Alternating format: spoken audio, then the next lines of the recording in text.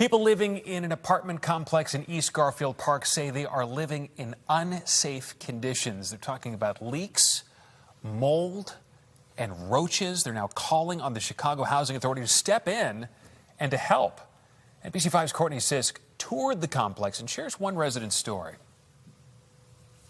I mop up water and kill roaches all day. Jimmy Murray has lived at the Harrison Courts apartment complex for the past 6 years, but the issues there really started 3 years ago. Look, up under here, it got mold on it.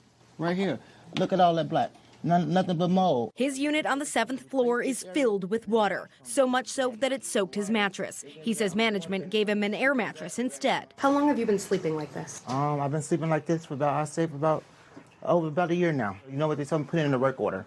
And I've been putting it in the work order, but nothing, only the work order been getting done. That's what I've been trying to do to make it livable for me and my dog. Jimmy's dog, Princess, was soaked with water coming from the bathroom. The ceiling appeared to be covered in mold. The window doesn't shut despite sub-zero winter temperatures. All this like this. And the stove doesn't work. He's now hanging his belongings from the ceiling to avoid the water. But now he's been served eviction papers for withholding rent despite the unit's conditions. I would rather like live on the train than live in my apartment or live on the bus. The property is owned by the Chicago Housing Authority and managed by Wynn Companies. CHA tells NBC5 they're moving forward with plans to sell the property to an affordable housing owner with resources necessary to invest in the significant improvements the property needs. Affordable housing should not mean inhumane. Annabelle Mendoza, who's running for the 7th District congressional seat, has been working with residents like Jimmy and others at the complex alongside activist Reverend Robin Hood, calling on the Federal Department of Housing and Urban Development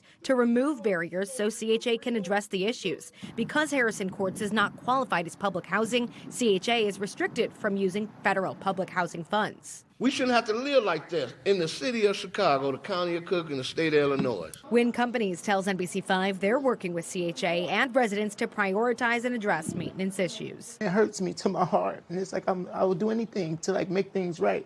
But it's like, just get me and my dog up out of the water. And it's like, that's the only thing that I want, to be dry. Courtney Sisk, NBC5 News. Thank you to Jimmy for sharing his story. Hopefully they get some action there.